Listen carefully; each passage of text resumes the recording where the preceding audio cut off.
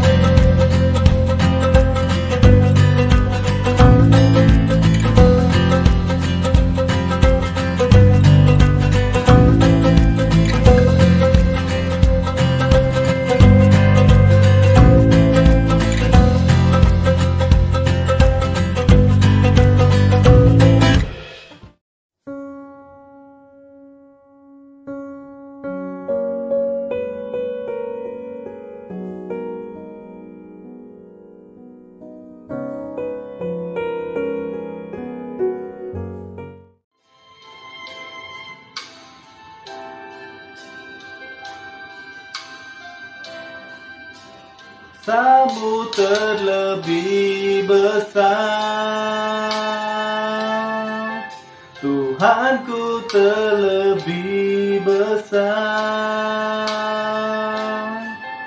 Tak pernah terlambat janji-Mu ya Tuhan, menolong hidupku.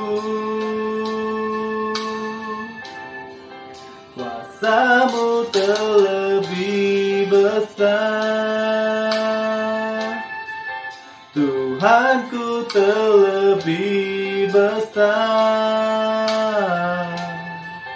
Tak pernah terlambat janji-Mu ya Tuhan, pulihkan hidupku.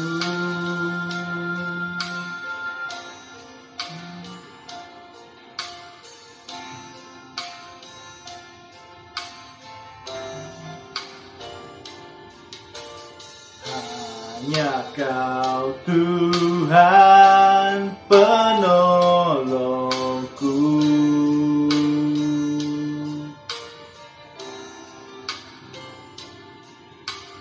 yang selalu setia bersamaku.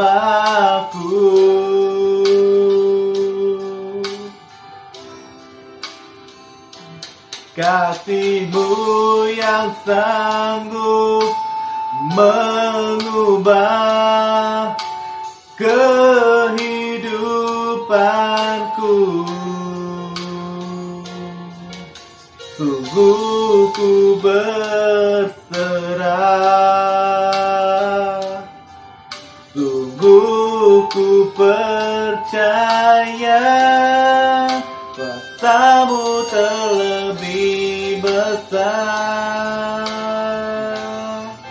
Tuhanku terlebih besar. Tak pernah terlambat janji-Mu ya Tuhan, menolong hidupku. Kuasa-Mu terlebih besar, Tuhanku terlebih besar.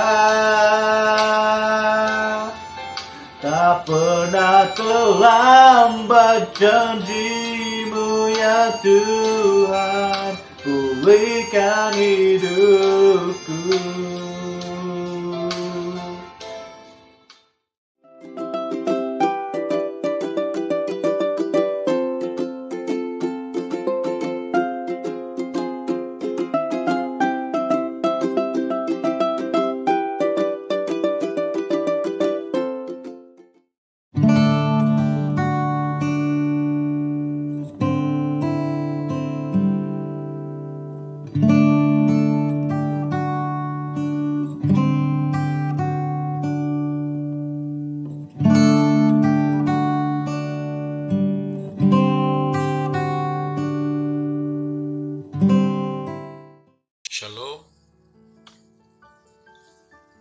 Salam Kristus kepada bapak-bapak, ibu-ibu, serta semua pendengar pada hari ini.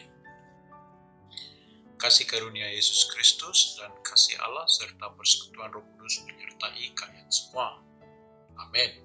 Bersyukurlah kepada Tuhan sebab Dia baik, bahwasanya kasih setianya kekal selama-lamanya. Bertemu kembali dalam siri kedatangan Yesus. Ini adalah bagian terakhir, namun semuanya belum berakhir sehingga kedatangan Yesus menjadi satu realitas di atas bumi. Sering juga saya ditanya,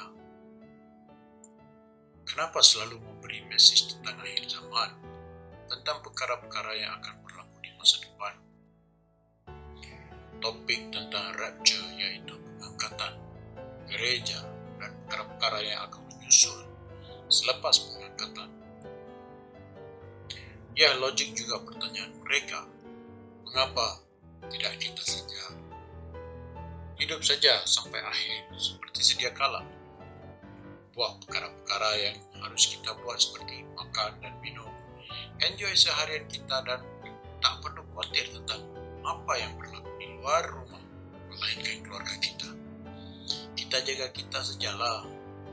Kan lebih baik begitu. Kita tidak menyusahkan sesiapapun. Ya, betul juga. Tetapi mau tak mau kita sudah terikat dengan keadaan semasa dunia ini. Kita tak boleh lari dari kenyataan bahwa kita akan menghadapi keadaan yang tidak dapat dielakkan.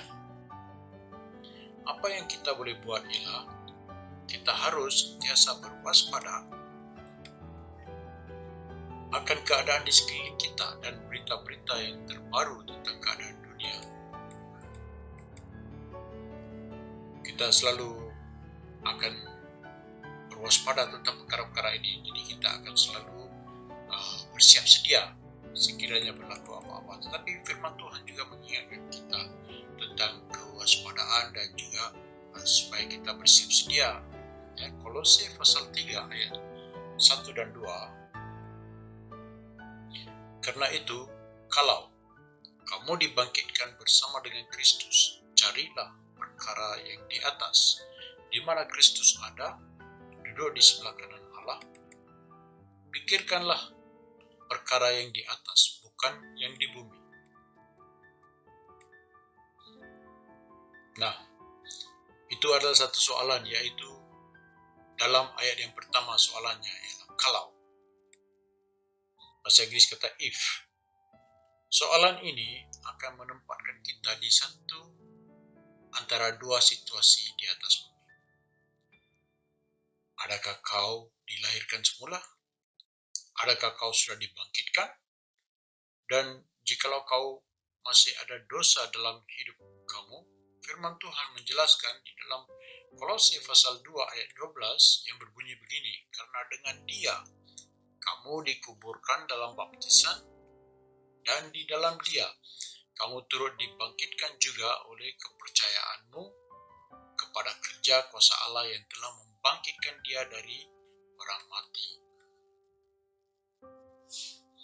Ini bukan kebangkitan dari kematian yang berlaku atau yang akan berlaku di masa depan. Kalau seorang yang percaya dengan benar, yaitu true believer lah, maka kita harus pikirkan perkara-perkara di atas, di mana Kristus berada. Di manakah Kristus sekarang? Ia berada di sebelah kanan Allah. Sebab itu, pikiran kita mestilah bukan yang di bumi. Dalam arti kata yang lebih tepat, seorang yang benar-benar sudah serahkan hidupnya kepada Kristus akan bukan pikirannya kepada perkara-perkara yang di atas. Sebab panggilan ini adalah panggilan untuk hidup kekal.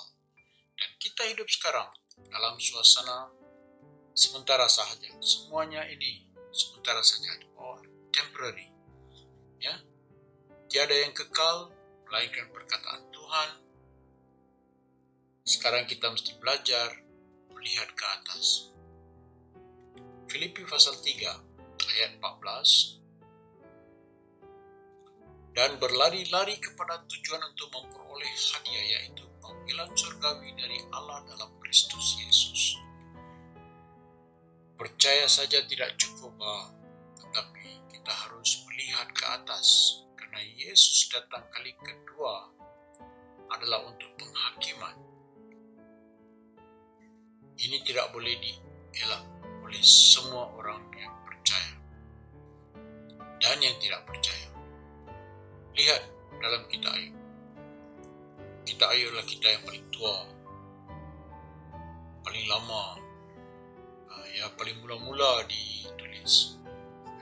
Dalam kitab Ayub pasal 19 ayat 29. Takutlah kepada pedang, karena kegeraman mendatangkan hukuman pedang, agar kamu tahu bahwa ada pengadilan. Semua perbuatan kita ada balasannya. Perkataan penghakiman adalah satu perkataan yang sangat berat untuk didengar. Bila ianya berkenaan diri sendiri, ia menakutkan. Tertanya dalam hati setiap manusia yang mendengar, penghakiman apa yang dibicarakan ini? Semua ini adalah untuk mempersiapkan satu umat yang soleh dan beribadat kepada Yesus yang akan kembali untuk membawa umatnya seperti yang dijanjinya, yang percaya kepadanya ke tempatnya seperti yang dijanjinya. Kita harus mengetahui satu perkara yang mustahil, ialah firman Tuhan itu adalah janji yang diberikan Allah di dalam Yesus Kristus untuk semua orang yang percaya. Ini adalah perkara yang sangat mustahil, karena kedatangan Yesus juga adalah satu perkara yang sangat mustahil di dalam hidup semua manusia di atas bumi, karena selepas kedatangan Yesus kali kedua akan datang pula Antikristus, yaitu si pendurhaka. Jelas sekali kedatangan Yesus kali pertama adalah untuk memberi terang dan menunjukkan jalan kepada manusia untuk diselamatkan. Yesus lahir sebagai manusia untuk mengambil tempat manusia. Penantian manusia untuk mengenal penciptanya sudah terkabul pada hari Allah mengutus anaknya yang tunggal lahir sebagai manusia. Dialah anak domba Allah yang menjadi korban bagi dosa manusia. Korban yang sempurna, tiada noda dan tiada celah, darahnya suci dan ia hidup kudus sebagai manusia. Ia melalui apa yang manusia lalui. Justru manusia yang fana ini dikenali dan ianya sangat mustahil untuk kita memahami bahwa Yesus mengenal pasti keadaan manusia yang fana ini. Semua manusia, Yesus telah mengambil ke atas dirinya murka Allah terhadap umat manusia. Hari ini manusia diberi peluang untuk menerima. Tetapi apa yang telah dilakukan oleh Allah di dalam Kristus adalah untuk semua manusia. Jadi pilihan ada di dalam tangan setiap manusia. Ya, ada juga manusia yang tidak selesa bila berbincang tentang Yesus dan kedatangannya.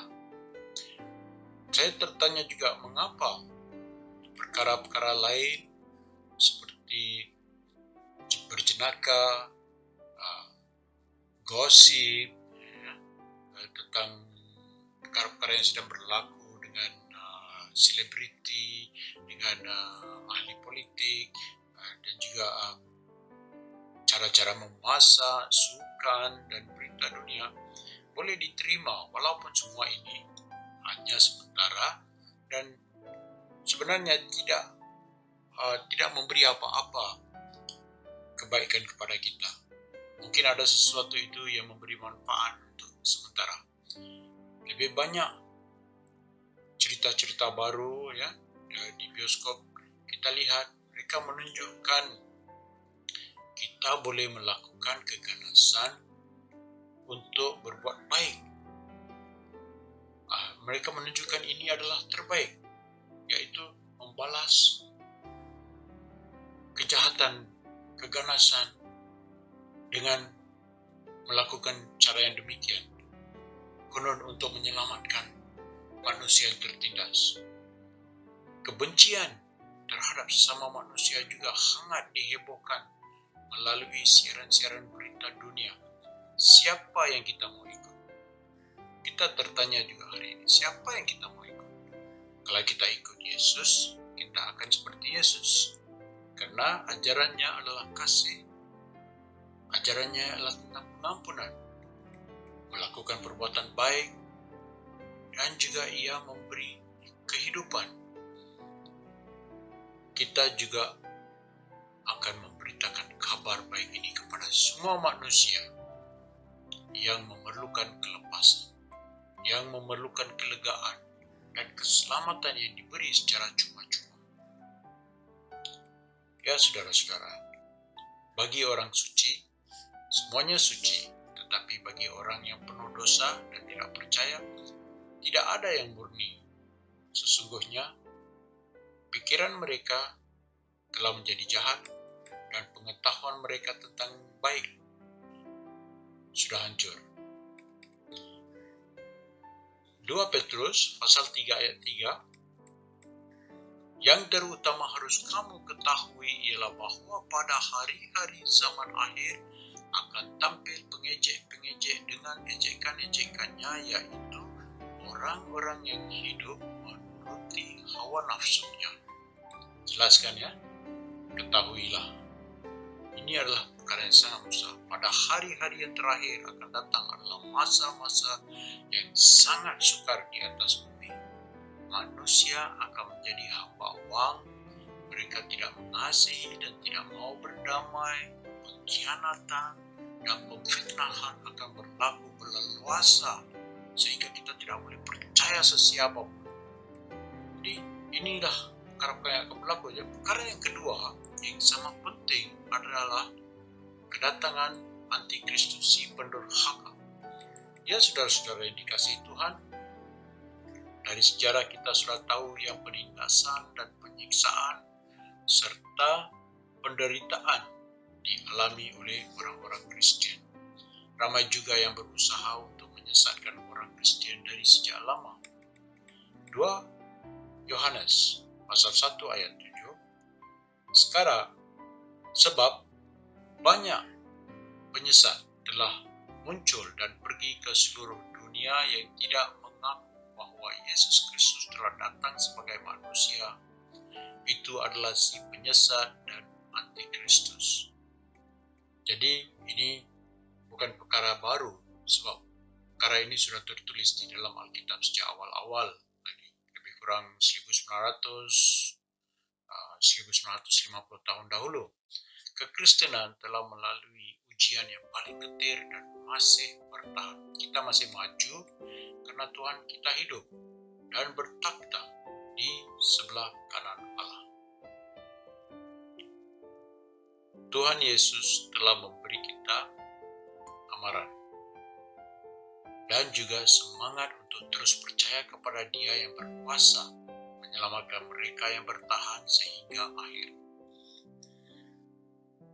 Pada waktu itu, seluruh dunia akan bergolak dengan berbagai masalah, sama seperti yang kita sedang melihat sekarang, yang sedang berlaku di saat ini.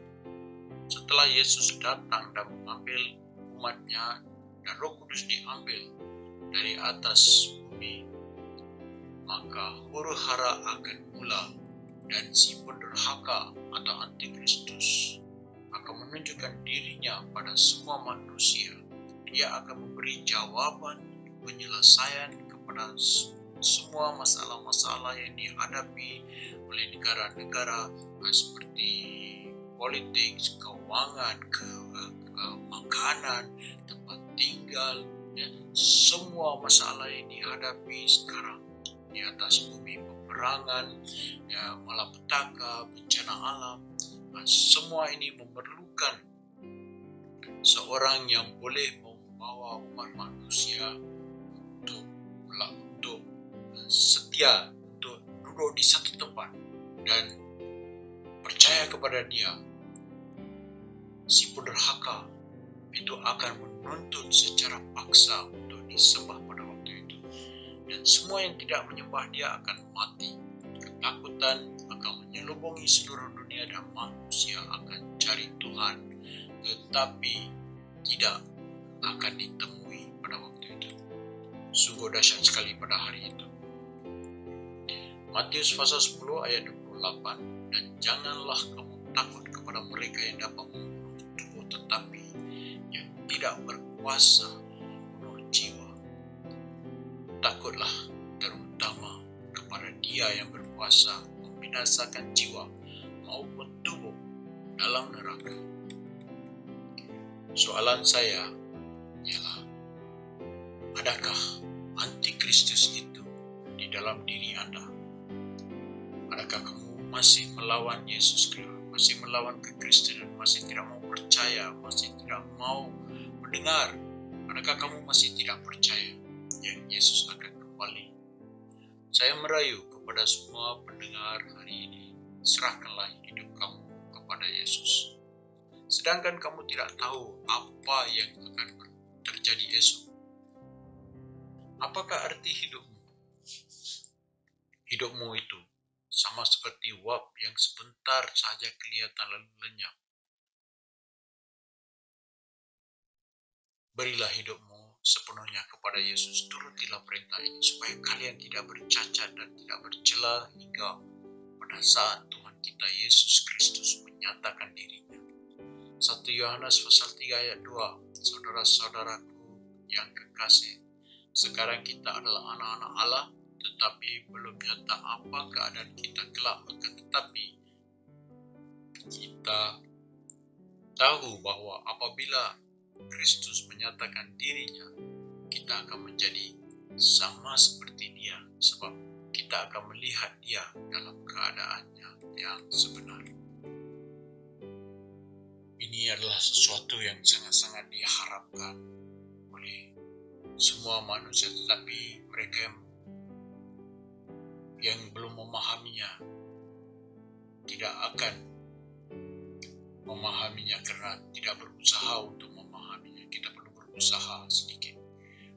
Pada waktu ini kita masih tidak tahu bagaimana, tetapi pada waktu Yesus menyatakan dirinya, firman Tuhan mengatakan kita akan melihat Dia dalam keadaannya yang sebenar. Haleluya. Jadi saudara-saudara, saya masih mau mengingatkan setiap seorang daripada kita yang mendengar, di mana kerendah hatianmu, di mana ketaatanmu, di mana kesetiaanmu, di mana keinginanmu untuk mencari kebenaran, di mana penghormatanmu kepada Tuhan. Banyak orang mungkin tidak peduli dengan apa yang aku katakan, tetapi aku tetap ingin memberitahu setiap orang yang disebut orang kudus yang mengikuti Yesus bahwa ketika engkau melihat Yesus turun dari surga di atas awan putih dengan matamu sendiri, itu akan menjadi penampakan terbuka dari sang matahari kebenaran. Barangkali itu akan menjadi saat yang sangat menyenangkan bagimu, tetapi ketahuilah bahwa saat engkau menyaksikan Yesus turun dari surga, saat itu juga ramai yang akan ditinggalkan di atas bumi, di mana si penderhaka antikristus itu akan memulahkan pemerintahannya yang kejam. Itu akan menjadi saat berakhirnya rencana pengelolaan Tuhan dan menjadi saat ketika Tuhan memberi upah kepada yang baik dan menghukum yang jahat. Mereka yang menerima kebenaran dan tidak mencari tanda-tanda, sehingga mereka disucikan akan kembali ke hadapan takhta Tuhan dan masuk ke dalam pelukan Sang Pencipta. Jadi, hanya dengan cara itulah Yesus membereskan mereka pada saat Dia secara terbuka datang kembali di atas lembah putih. Kedatangan Yesus kembali adalah keselamatan besar bagi orang-orang yang mampu menerima kebenaran, tetapi bagi mereka yang tidak dapat menerima kebenaran, itu adalah tanda penghukuman. Saya ingin mengungkapkan kembali 3 perkara yang mustahil dalam kedatangan Yesus. Yesus kembali kali kedua adalah untuk pertama membalas setiap orang sesuai dengan perbuatannya, kedua memisahkan orang baik dari yang jahat, ketiga menghakimi semua manusia. Oleh itu, hai umat manusia dikasihi Tuhan Allah, firman Tuhan dalam kitab Matius 24 ayat 14, dan Injil kerajaan ini akan diberitakan di seluruh dunia menjadi kesaksian bagi semua bangsa, sesudah itu barulah tiba kesudahannya. Amin. Saya mau memberi jemputan kepada sesiapa saja yang mau menerima Yesus sebagai Tuhan dan Juru Selamat mereka. Ikuti saya dalam doa ini. Tuhan Yesus, ampuni segala dosaku, ampuni segala pelanggaranku, semua yang telah menjauhkan aku dari kemuliaan Allah yang Maha Kuasa. Aku bertobat dari segala dosa dan mau ikut Yesus seumur hidup. Aku percaya Yesus anak Allah, lahir dan mati, disalib, dikuburkan, dan bangkit dari maut selepas 3 hari. Terimalah aku sebagai anakmu. Dengan mulut aku mengaku Yesus adalah Tuhan dan percaya dalam hati bahwa Allah telah membangkitkan Dia dari antara orang mati. Terima kasih karena memberi aku keselamatanmu, ya Allah. Ucap syukur dalam nama Yesus. Amin. Haleluya. Ya, saudara-saudara yang kau telah membuka hatimu, Tuhan Yesus telah datang dan Dia akan melawat kamu di mana saja gereja yang paling dekat. Saudara-saudara, tunjukkanlah dirimu ke sana dan dibaptislah di dalam nama Yesus, di dalam nama Bapa dan Anak. Ya, baik. Ya Bapa, kami mengucap syukur karena Engkau telah mendengar doa ini. Hamba bersyukur karena hari ini ada sukacita di surga karena satu orang berdosa yang bertobat. Kiranya Tuhan memberkati Anda dan kiranya Tuhan menjadikan kamu bertambah-tambah dan berkelimpahan dalam kasih seorang terhadap yang lain dan terhadap semua orang. Kiranya Dia menguatkan hatimu supaya tak bercacat dan kudus di hadapan Allah dan Bapa kita pada waktu kedatangan Yesus, Tuhan kita. Kasih karunia Yesus Kristus dan kasih Allah serta persekutuan Roh Kudus